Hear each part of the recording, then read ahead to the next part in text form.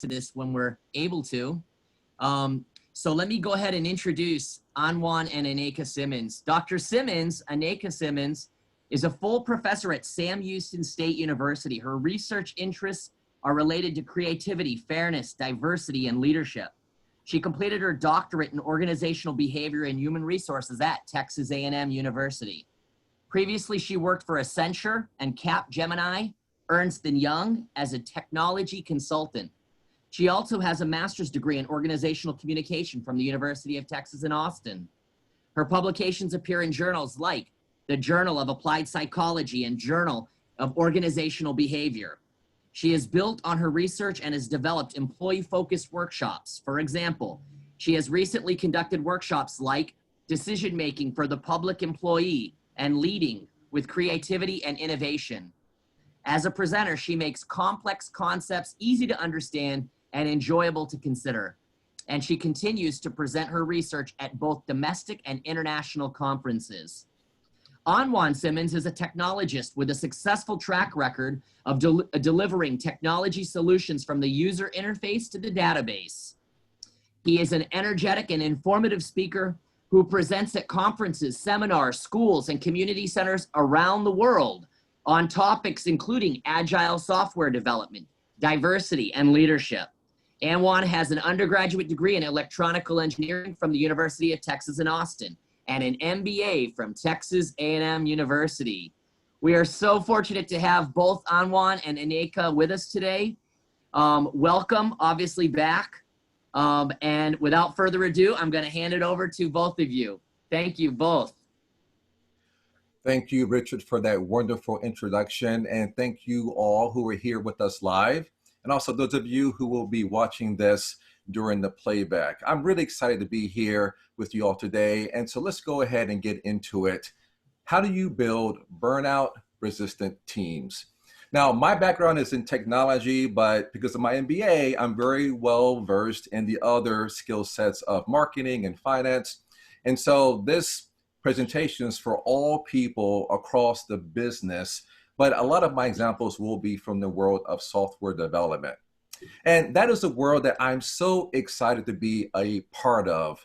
There's just something amazing about taking ideas from the minds of great people and the great product managers that I've worked with, and then converting those ideas into working software. And there's just something amazing about the power of doing that with the tools we have available today. And you know what? There's a lot of press, and many of you read about the great companies in the world like Facebook and Google and Twitter and Amazon and Netflix, and all these companies are giants of our industry. And many of them started with just a few people in a small room with a couple of computers who had an idea. And you see the media really talk a lot about these great stories.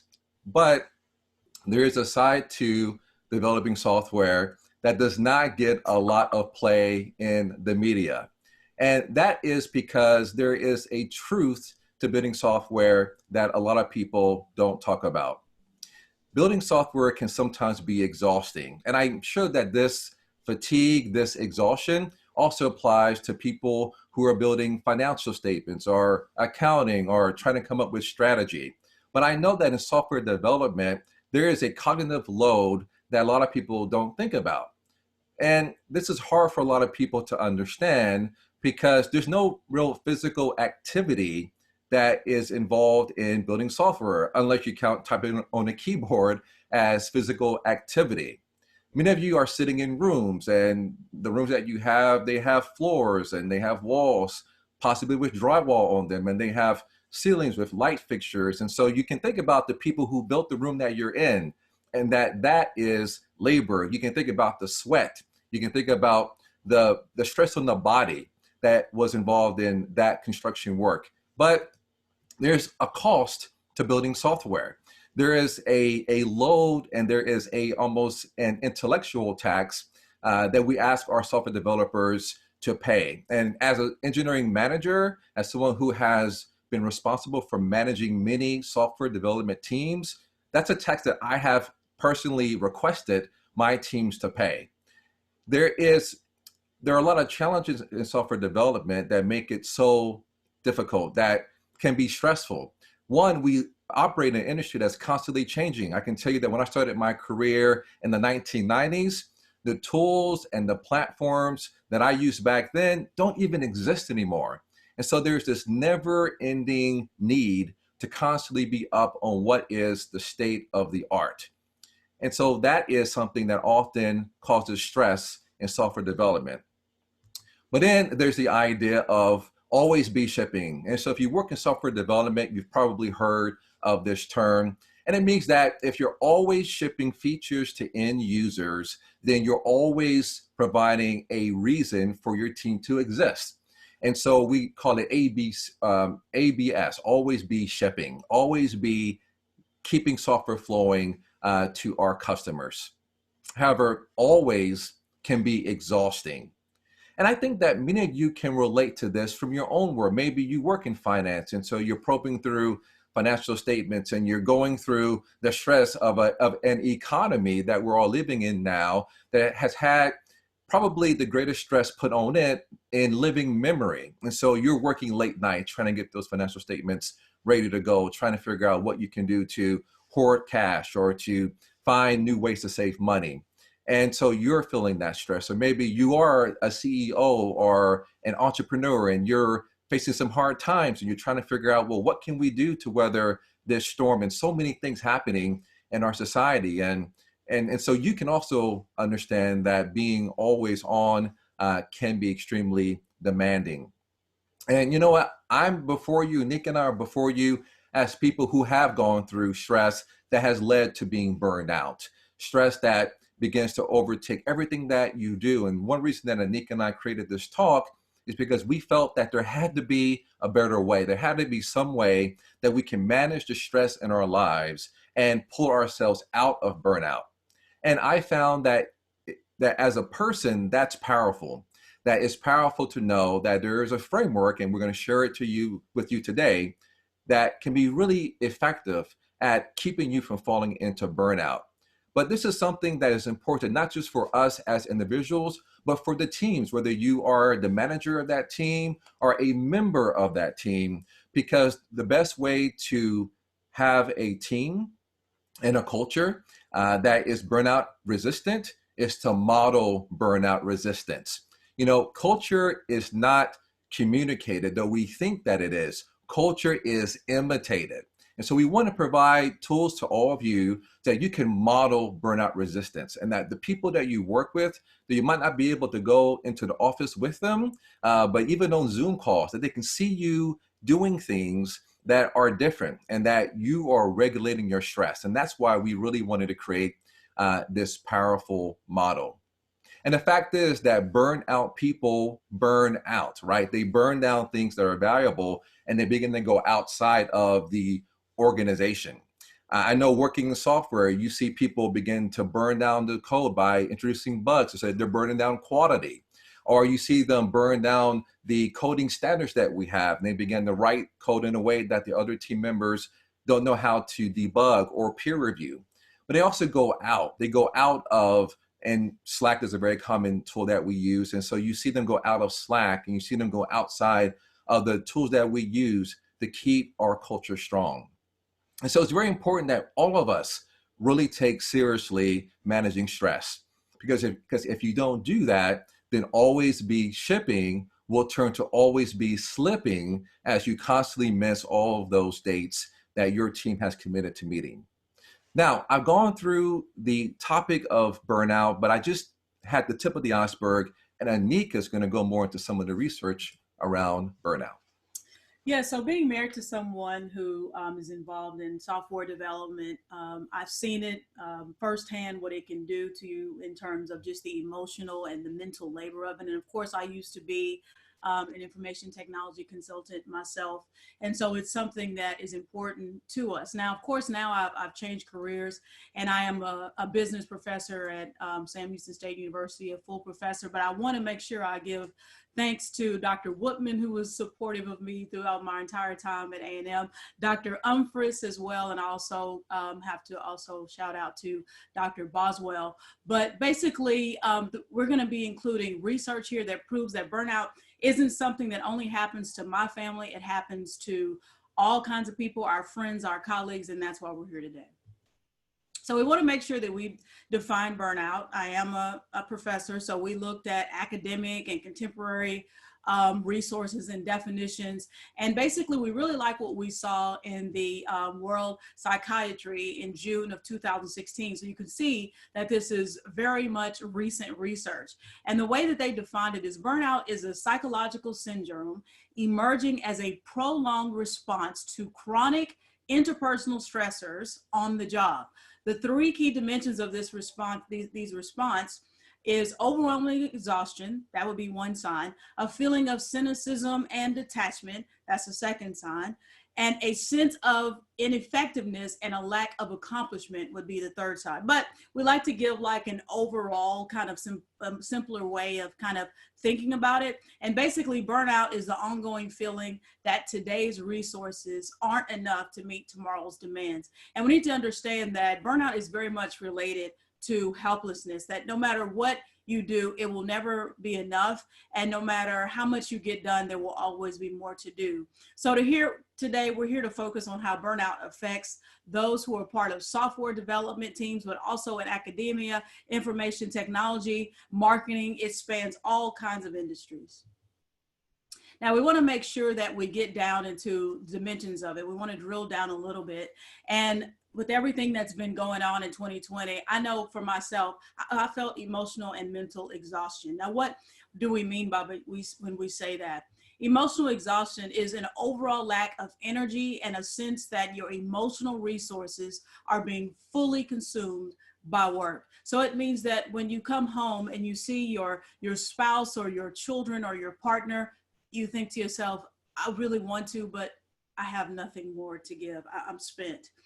The second one is depersonalization. This signifies an unfeeling, cynical, or even impersonal response to the recipients of one's services. So this is like when you go to the hospital, perhaps your friend broke a knee, or that would be terrible, but let's just say that happened. And you walked in and you said, oh, I need to see my friend, you know, they broke their knee. What room are they in? And the nurse that you're speaking to says, oh, the broken knee, that's in room 3. Well, that right there kind of signifies that they've taken the humanity from that person. That person seems, with that nurse communicating, you may be on survival mode where they've kind of dehumanized, depersonalized that person. And you kind of they start to see the people that they're working with kind of just like problems to fix. And when you are in a job that is high touch in terms of being a nurse or being in the military or even being a teacher or even an instructor or being a doctor, when you deal with people, this can happen when people feel overwhelmed. And it's not a bad thing. It's just something that we have to deal with. And the third is reduced personal accomplishment. This is marked by a tendency to evaluate oneself negatively, particularly with regard to work with clients. You become to be overly critical of your work, which leads to self-criticism. And in a negative way, that's definitely not good.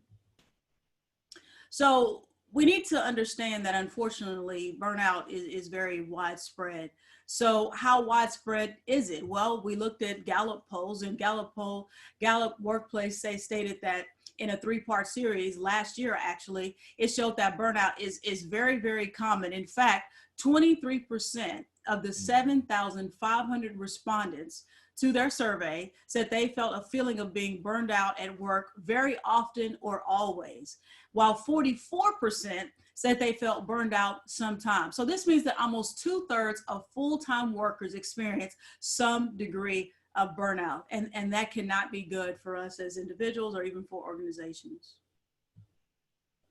But then some people say, well, my team seems really engaged. So can you really be engaged and burned out at the same time?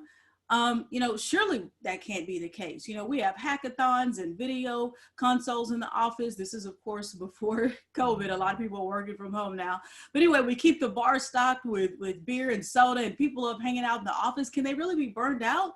So while engagement is often seen as the opposite of burnout, meaning that because I'm engaged, surely I can't be burned out, the University of Cambridge did some work on this.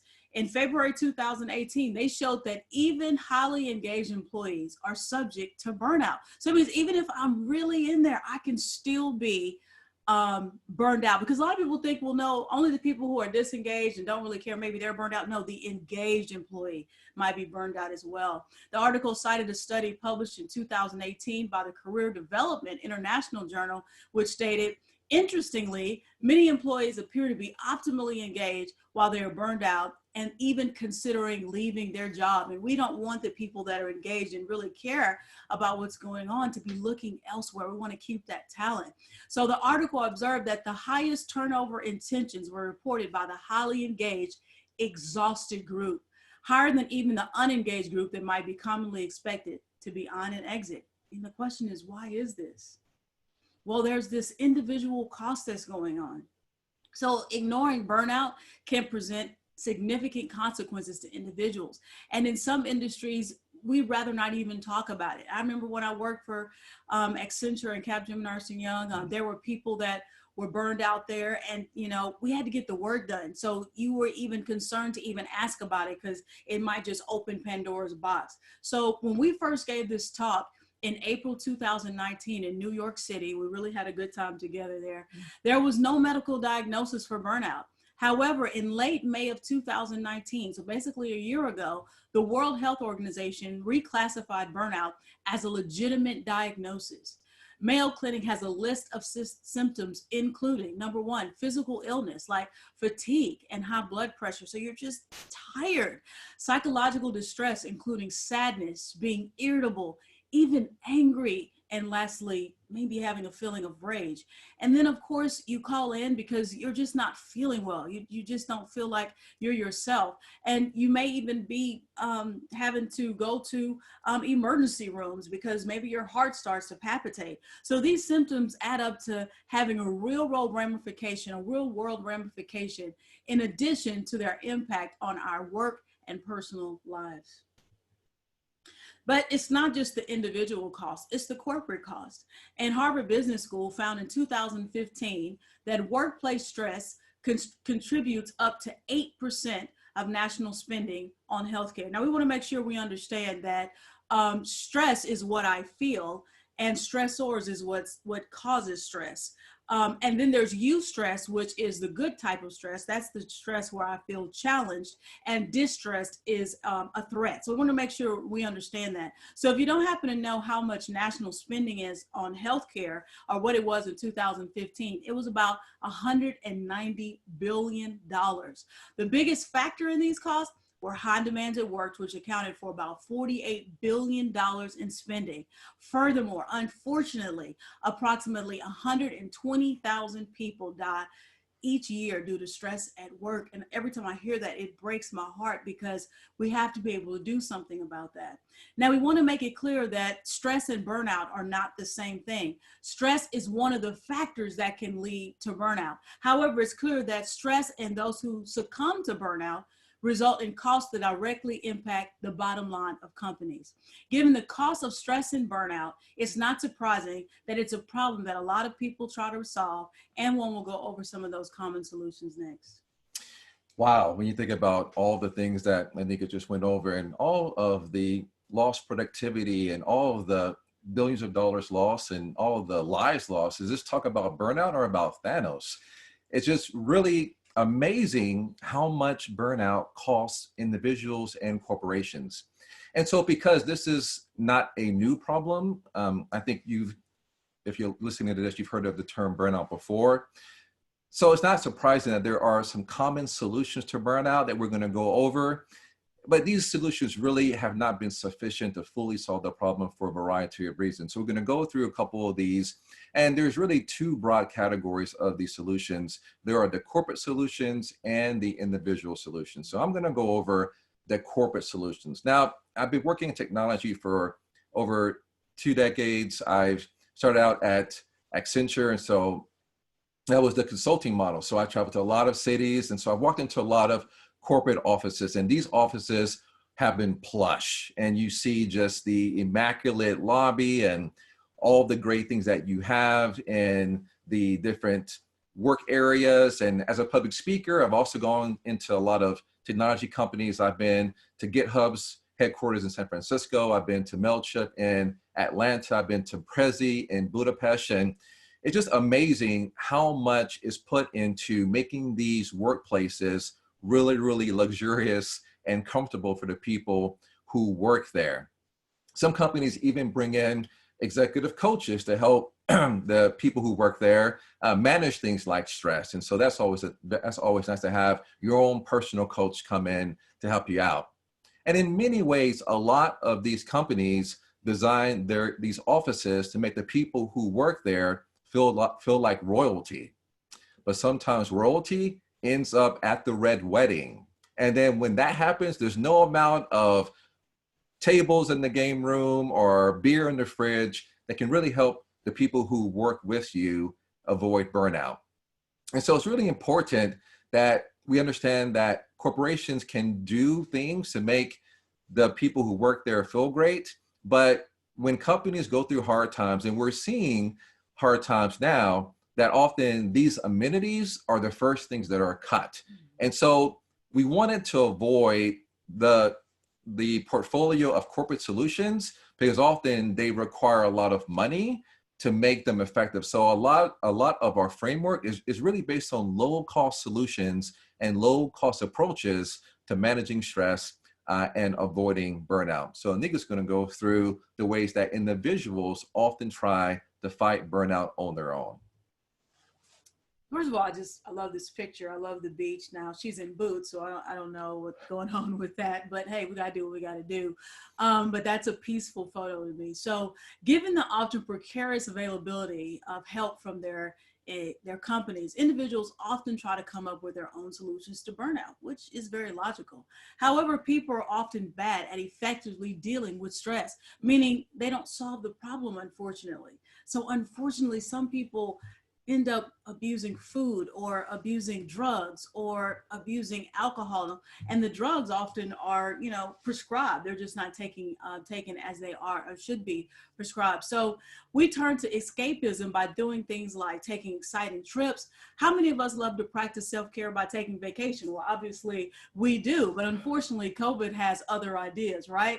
So however, our current and social media environment even makes self-care a performance. People are falling off of the Grand Canyon, before COVID, of course, trying to get the perfect selfie for Instagram and Snapchat. So basically, we're not working, we're going on vacation, but our culture kind of makes not working work by showing people how much we are not working. So also escapism usually requires access to wealth that not everyone has the resources to obtain. So again, my undergraduate degree was from the University of, the other school in Texas, big school in Texas, and my master's degree was at U of H. But during those times I was burned out, but I didn't have the money to go anywhere. So we have to try to do things that can help people in a way that don't have a great expense. So corporate efforts are often undermined by concern about the success of business, meaning like we want to help our people, but it's the bottom line that we're focused on here.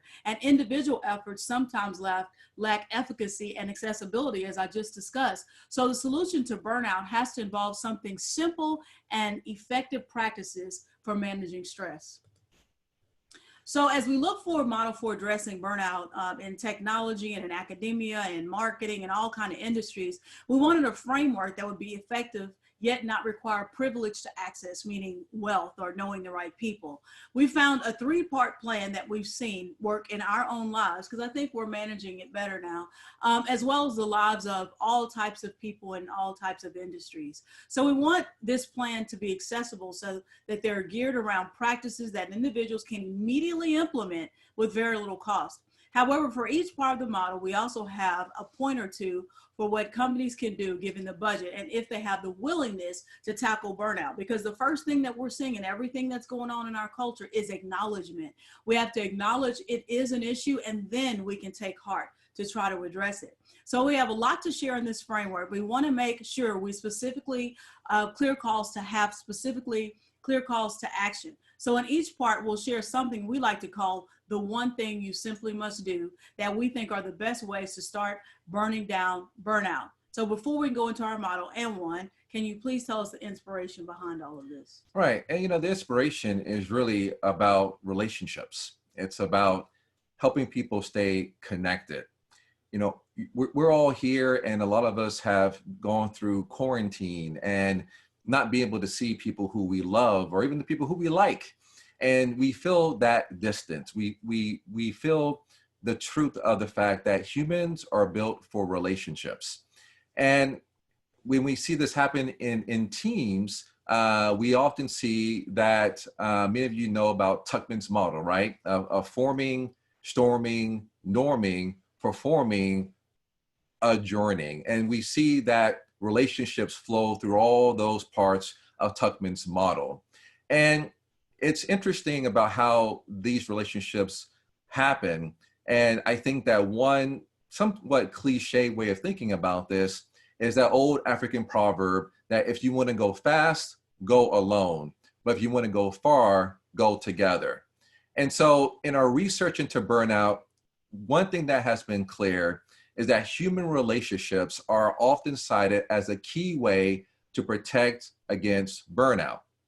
Now, as members of teams, and many of you work on teams, it's really important that you burn down the barriers between yourself and the people that you work with.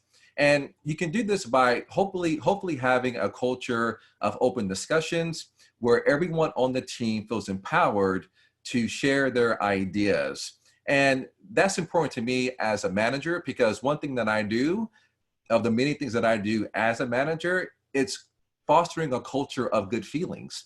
It's making sure that the people on my team know that I respect all of them. And even though I may have a title that says I'm in charge of this team, I am a lead of leaders. And I want everyone on my team to feel empowered to share their thoughts, share their points of view. And even when they disagree with me, I want to hear that because I'm not threatened by discordant ideas. I'm really keen to get to better outcomes. And so I really embrace that with working with my teams. And so a few things that you can do for those of you who are managers is to just recognize good work. And that's really important that you do this soon after the event happens. You want to keep that recognition feedback loop really tight and really short. And one thing about that requires a little bit of nuance is that you have to understand, how do the people on your teams receive feedback?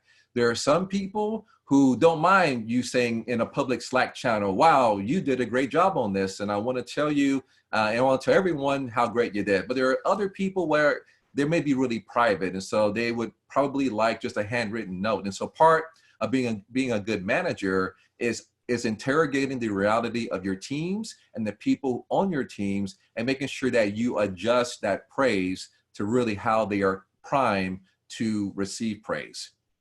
And there are lots of low-cost ways that that companies can help strengthen the relationships of the people who work there. I'm very lucky to work at Help Scout, where we have a very rich culture and just a lot of things that we do to help us feel connected. There's a Swedish term called fika, F-I-K-A, fika. And there's not a direct translation to English, but it's really a way for you to get something sweet like a pastry, get a nice beverage like a great cup of coffee, and then be in relationship with someone. And at Help Scout, we have a channel on Slack called Fika, where we pair with each other, and it's virtual, but we get together. And one of the few rules that we have about Fikas is we don't talk about work. We talk about you, we talk about me, and we talk about we, and we just form relationships with each other. And so Fikas are a great way for people to really get closer together. And I really encourage the Fika concept being something that I think a lot of companies can take up. But the one thing you simply must do, to burn down the barriers in your life is that you have to meet with people on a regular basis. Now, ideally, this is done in person. And when we wrote this talk, this is before the current global pandemic. And we really emphasized the importance of meeting in person. That can be a coffee shop or a restaurant. I think we would adjust this now to be somewhere outside where you can socially distance while wearing a mask, while both people wear a mask. And it's just so powerful to just be in the same physical location as someone else. And so I highly encourage you do that. Obviously, you have to take into account your own personal safety and the safety of the other person. And just when you do this, you're just talking about life, and there might be some problem that you want to share with this person. And while they may not be able to help you solve that problem, they can at least offer support and sympathy. So the first part of our framework is burning down barriers by really harnessing the power of your relationships. Now, before we go to the next slide, I just want to make sure everyone really kind of looks at this photo here, because one of the things that can help reduce burnout is acknowledging one another's humanity. And do you see how everybody's looking at each other? That seems very, very minor, but when you look at people in the eye, of course, for an appropriate amount of time, not staring, not leering, but just kind of looking, you are acknowledging the humanity of that person. In fact, some of the research says that one of the ways that people are bullied is when they're talking, people act like they're not talking, or that they didn't just hear them talk. So, and didn't look at them. So just that picture alone, I think is healthy, and it would help a lot of us. So the first part of our framework is harnessing the power of relationships to help you avoid burnout. The second part is burning down distractions. Mm-hmm. There are things in our lives that pop up. Most of you have a phone that's always chirping. There's always little pings. There's something happening on social media, or there's some kind of breaking news, or there's some Amber Alert that something horrible has happened to a child. And so all day long, we have all these things that are distracting us. And there's almost an infinite number of things that can grab our attention. But our attention is a finite resource. So it's very important that we align our ability to focus with our values, right? Our attention has to be aligned with our values. And so what do we do when we have almost every second something that's grabbing our attention, something that's saying, look at me, or people coming by our desk, if you can work in an office, or they're pinging you on Slack or in whatever tool that your company uses for communication. Well, honestly, you have to harness the power of no. You have to harness the power of saying no, because I'm sure that many of you have been in that situation where you say yes to one thing, which makes you say no to something else that you really want to do. And so it's really important that we say no, that we are able to just tell people right now, that's just not something that's aligned with my values. Or right now, my schedule is really fixated for these two really important outcomes, and I just don't have space. And especially in the United States, our culture is not geared for this. We really encourage people to go ahead and do it. Go ahead and take up that task and overschedule yourself and overwork yourself. But it's really important that we learn to not do this. And one way that you can do this is really, what are your values? What are the things that really cause you to leap out of bed every morning and dive into your day? And I would hazard a guess that it's not 30 things. It's not the 20 things you have in your to-do list. It's probably just one or two things. And really you have to wrap your mind and wrap your schedule around moving the needle on those two things that are really valuable. So this requires you to really look inside yourself and really dig deep into what's really valuable, and really wrapping everything in your life around this. I read a book called Deep Work a couple of years ago, which does a great job of explaining why this is so important. So I really do recommend reading Deep Work, and it really goes into your attention in the way that in the knowledge economy, the people who can focus, the people who can tune out distractions and get things done, those are the people that can be super valuable. Now, what can companies do to help their employees avoid being distracted? Well, one thing that companies have been forced to do is support remote work.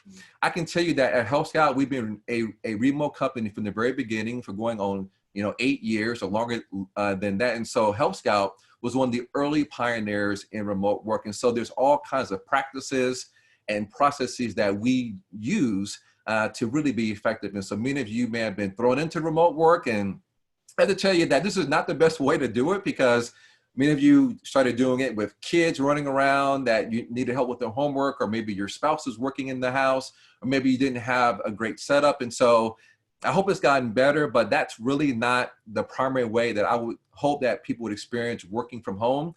working from home can be really powerful because you have the ability to hopefully dial out all the distractions of people coming by your desk or saying, hey, can you do this real quick? Or saying, hey, we're all going out to lunch and you may not even like the lunch places near where you work, but you got to go. All that goes away, and you have the opportunity to really dig down into focusing on what really is valuable for you to get done.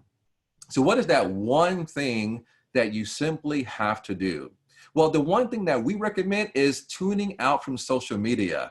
And what I recommend is just turning off social media for an entire month. And I see people shaking already because, wow, being off of social media for a month, yes, you will be amazed at how many distractions you are no longer having because you're not always on Twitter or on Snapchat or on Twitch or on what's the new thing, TikTok.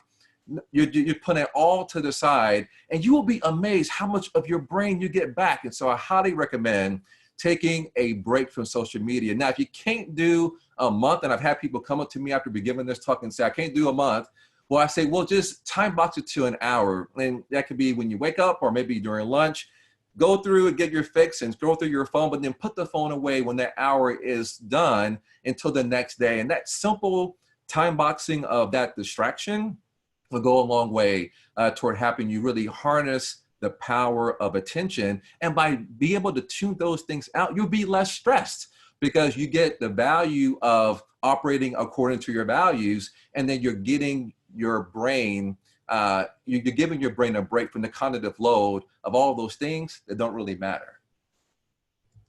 And I'm one of those people that when COVID happened, I had to learn Zoom within a week or so. And my university gave us lots of great resources to do that. But I went from not knowing really what Zoom was to now so much of my life is filled with Zoom meetings. So we have to be flexible. And one of the things that Anjuan was talking about is knowing your values, because I've had to learn that being busy doesn't always mean that I'm being productive. I want to make sure that I am being productive doing the things that I care about, not that my schedule is just full. That's not the end goal. So with regards to illness and health, this is something close to my heart because you can't really get things done if you're not taking care of yourself. So software developers, academics often trade health for productivity, but this often results in a future loss of productivity that outweighs whatever was temporarily gained. So some people say, you know, when you're younger, you use all of your health to gain wealth, but then when you get older, you use all of your wealth to try to regain health. And what we want is some balance. So burnout takes a physical toll on us, but if we improve our health, we can build up resistance to the effects of burnout as both individuals as well as at the team level. This includes getting adequate sleep at night and staying hydrated throughout the day. That sounds very, very basic, but I just read before I got on here that one of the people that we know was hospitalized due to dehydration. And in Texas, it was 100 degrees the other day. So we have to really, really think about that. It's important to get regular exercise and improve our nutrition. And I recently had a meeting with a nutritionist, and she was saying half of our plate should be green. And, you know, we're a country that loves starch and bread and burgers and hot dogs, and I do too. But we have to keep our diet in mind if we want to be the best that we can be. Companies can contribute to the health of their employees by doing yoga in the office. I never did yoga when I was younger, but now I gotta do it so that I can stay focused. And I'm sure everyone's reading about mindfulness, so I'm trying to integrate that. Maybe the organization could pay for gym memberships now that they're reopening, giving people mandatory no work times during the week. And I love that one. So if you work for a company and you're a manager, or maybe they're hiring you as a consultant, you could say, you know what, I think your organization would be much more productive if you literally told them from 6 to 9 p.m. no work. That is sacred time for you and your family and the people that you care about, your friends. No work between 6 and 9. How amazing would that be? So these no work times shouldn't come from vacation or PTO.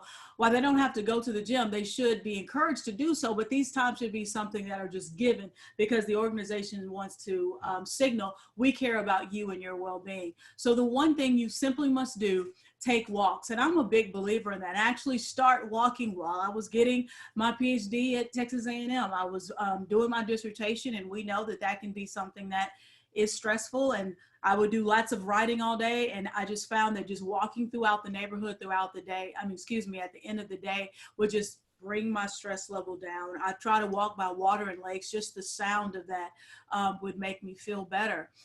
Working out requires a fair amount of privilege sometimes to get access to weights and gym equipment. And it can be time consuming, but I think that we all can stretch and just take walks. We can start small, maybe work a block once a day or maybe after dinner. But after time goes on, just walk further and further and further. Walking is free. And it's something that I think is important to invest in our health and to burn down illness. And you can do it while, what is it called? Social distancing. Right, exactly. Now, I hope that you found this 3-part framework to be really simple. And we designed it to be very simple so that you don't have to have a private jet. You don't have to have a $500 steak. You don't have to have all these things, a house in the Himalayas. Look, these are things that you can put into place right now. And I really hope that you all lean into the ideas in this 3-part framework. But you can burn out worrying about burnout. And so we don't want that to happen to you. You will never perfectly balance the stressors in your life. So that should not be your goal. Your goal should be to know, okay, am I out of bounds? You have to be mindful of, given this framework, am I out of bounds with the framework? And you can only do this by just checking in with yourself. And I recommend doing this, if not once a month, if not weekly, at least once a month, where you just check in and say, how are my relationships? Put out your calendar.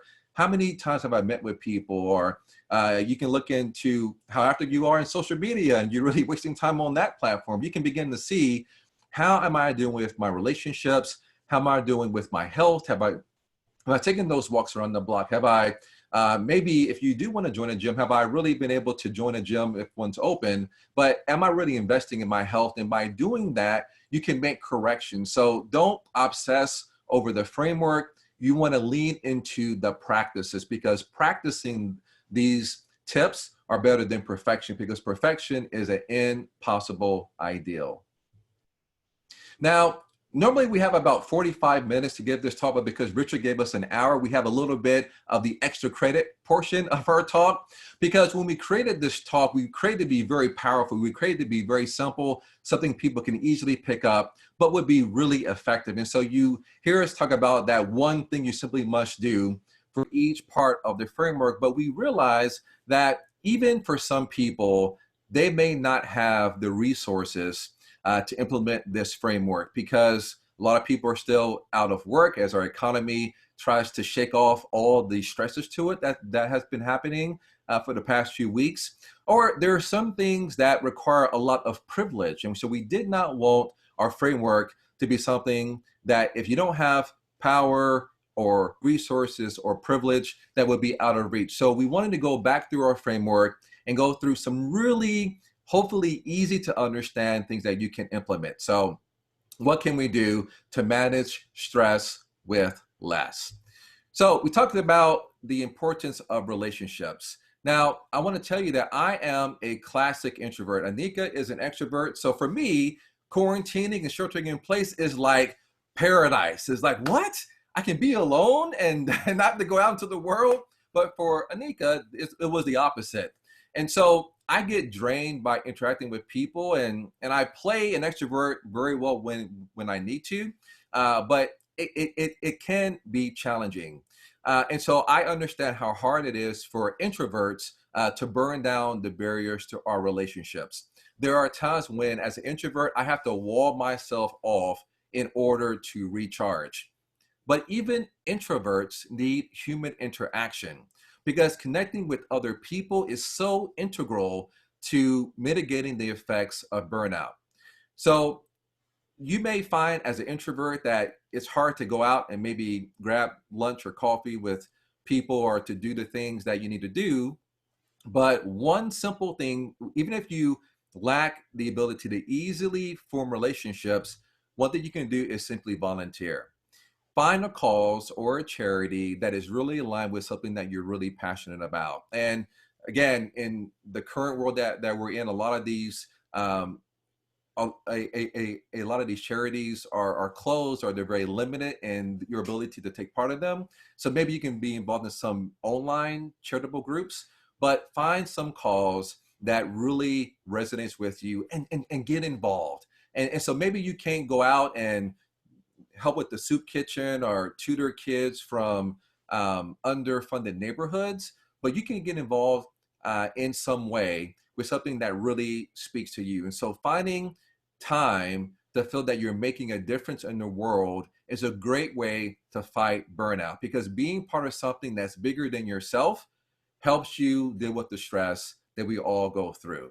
So that's a low cost way to burn down barriers. But what about a low cost way to burn down distractions? Well, keep a journal. Now, I started journaling I've been journaling for years, actually. So I have a lot of physical journals from even high school and college, but I started really journaling with intentionality over the past maybe year or so. And I find that it's really important to do this, if you can, with a pen and paper, because there's something about the physical act of writing that really reinforces what you're going through. And so I really encourage everyone, if you can, to just go through and find maybe a paper journal, or you can buy one pretty cheaply, and begin to journal and begin to just have a way to just focus. Because when you're journaling, ideally, you can't think about Twitter, you can't think about the stuff at work. You're just fully into the act of writing, and actually writing things down helps you get things out of your head. And so over time, as you do this, you'll find that this is a great way to really fight stress, because I cannot tell you how many times when I read back through my journal and find the things that were bothering me a week ago or even several months ago, they just weren't even a big deal at all. I was so stressed out about things that just became nothing, that weren't even an issue at all. But I only came to know that because I kept a journal. And so I think that as you do that, you'll find that the things that are bothering you now, they'll probably be very similar to what was bugging you several months ago as you read through your journal. And hopefully you'll be more equipped to deal with those things that are really bugging you now. So a low cost way to burn down illness. Well, Aneika actually already gave a hint, and that's just taking a walk. But I want to expand upon the idea of taking a walk, because a lot of you, and some of you may be, really former athletes, or maybe you currently are an athlete, or maybe your gym is currently closed because of the pandemic. And you may say, well, I just don't think I can work out without going to an actual gym, without lifting heavy things. And I want to really encourage you to lean into taking a walk, especially those of you who are like us, who are going to get a little bit older. Taking a walk is a great low impact way. And I recommend long walks, like 45 minutes or longer. But this is a great way for you to get your blood pumping and then get your blood circulating. And you'll find that as you just take those long walks, that you're going to be breathing clean air, and just being out in nature has been found, just being around trees, and like my wife said, hearing water, are just relaxing. They're just, our bodies are just primed to hear that, and to just really, in a lot of ways, almost exhale and get rid of the stress.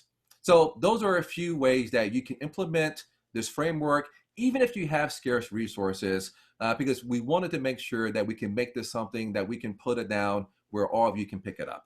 Now, Aneika's going to sum it all up. And I'm just really happy that we have so many people here listening to a topic like this, because a lot of times organizations are very focused on profit-driven topics, but this is something that is related to that, because it's very difficult to get the best out of your people if they're not healthy and whole. So we want to help provide insight into how we can all grasp that. So most of you have used a burnout chart, I guess, if you are a software developer, to track your work. But if you haven't, like me, then that may be something new for you. But if you use what we share with you to protect your hearts, minds, and bodies, you'll be more productive and model better behavior for your colleagues at work, as well as the people in your personal life. I don't want to be frantic, and I don't want my children to be frantic. I try to live healthy and balanced so my children and my nieces and nephews can see that. So building software requires motivated individuals and reaching out, removing distractions, and revitalizing yourself.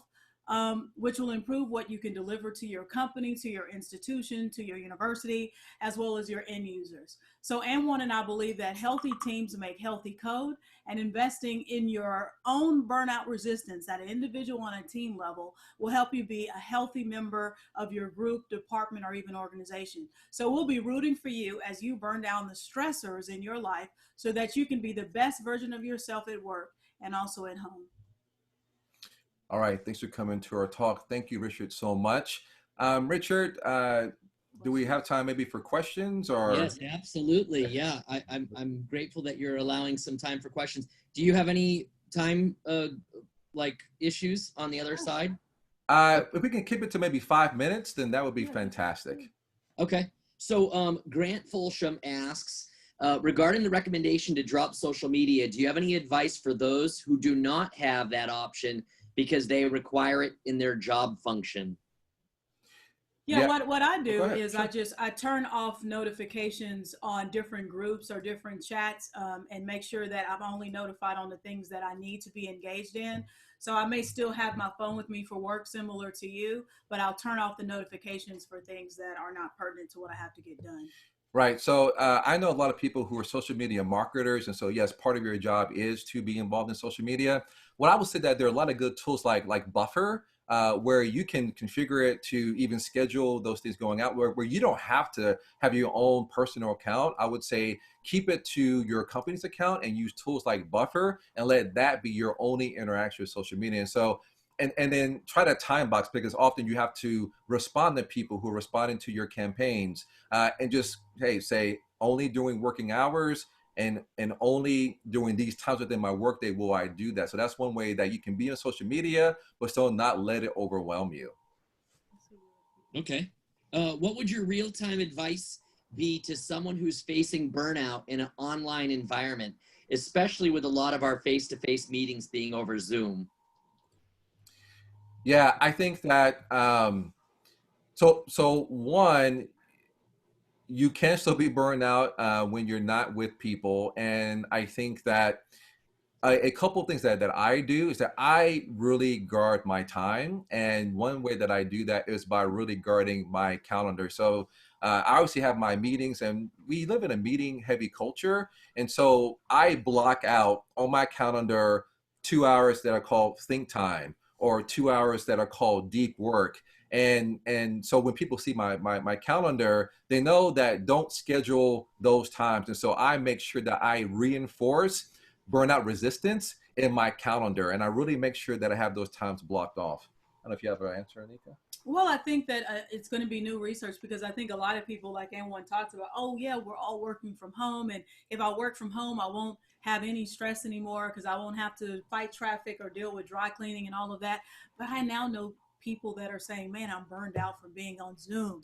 So I think that even though you are at home, it's something that you have to guard. So I do agree. I keep a very specific calendar with time blocks, and that's what helps Anjuan and I be productive. Like I said, we've been married 18 years. We've got 3 children.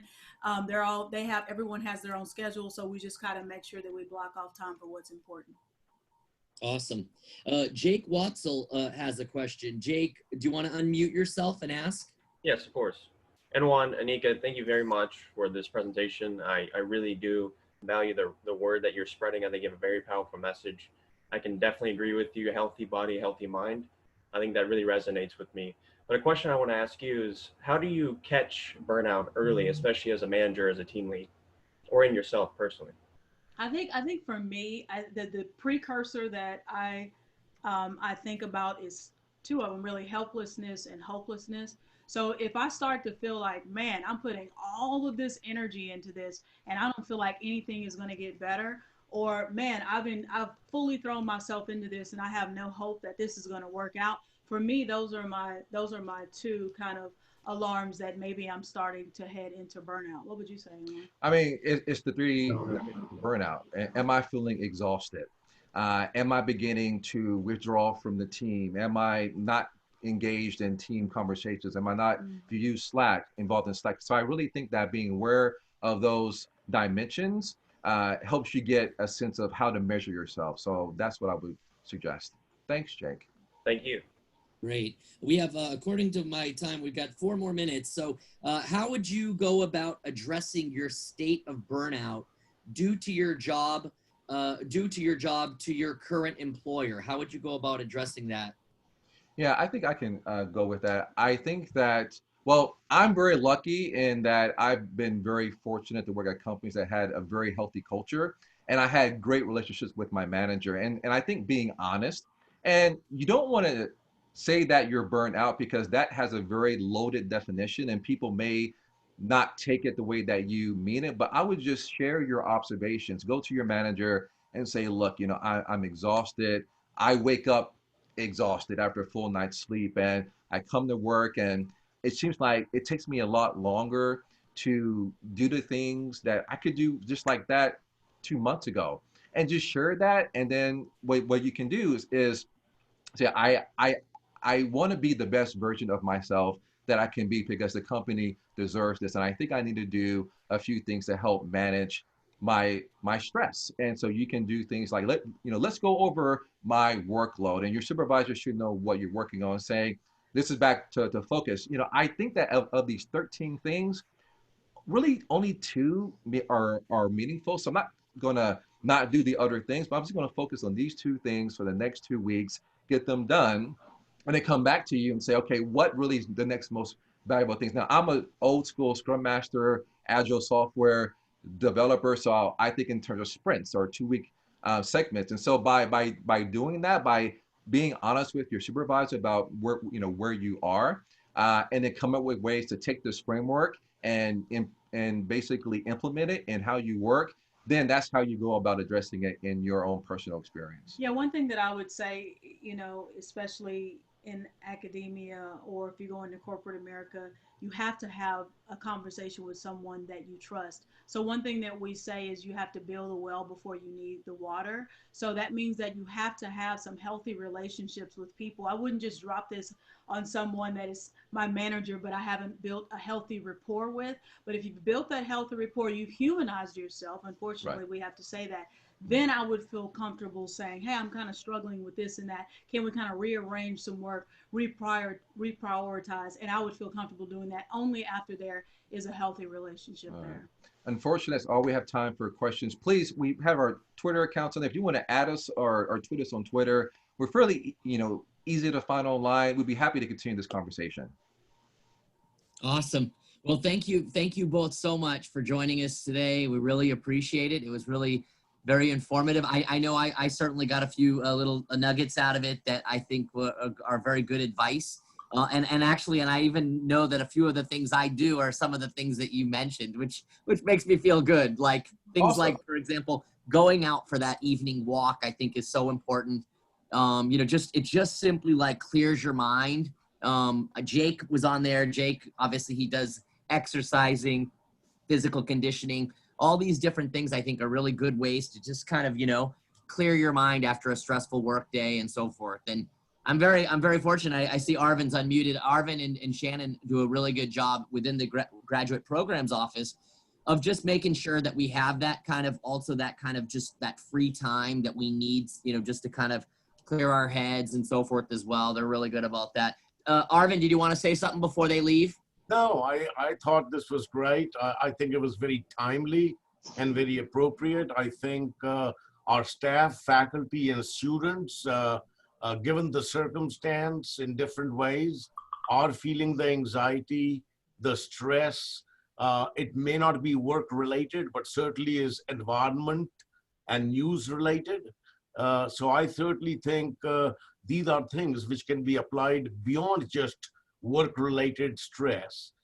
It's just stress from our personal lives, our environment, our society, the times we live in. So I thought this was very, very timely. And again, I am just so proud to see our former students provide us with this input. And we certainly hope you'll stay connected with us. Absolutely. Absolutely. Thank you so much. Thank you Definitely. very much. Thank you both. All Really right, appreciate it. guys. Good luck, everybody. Take care. Thank you, Richard. Thank you. Have a good day. All right, Thanks you too. everyone for participating. We had a great turnout. Bye.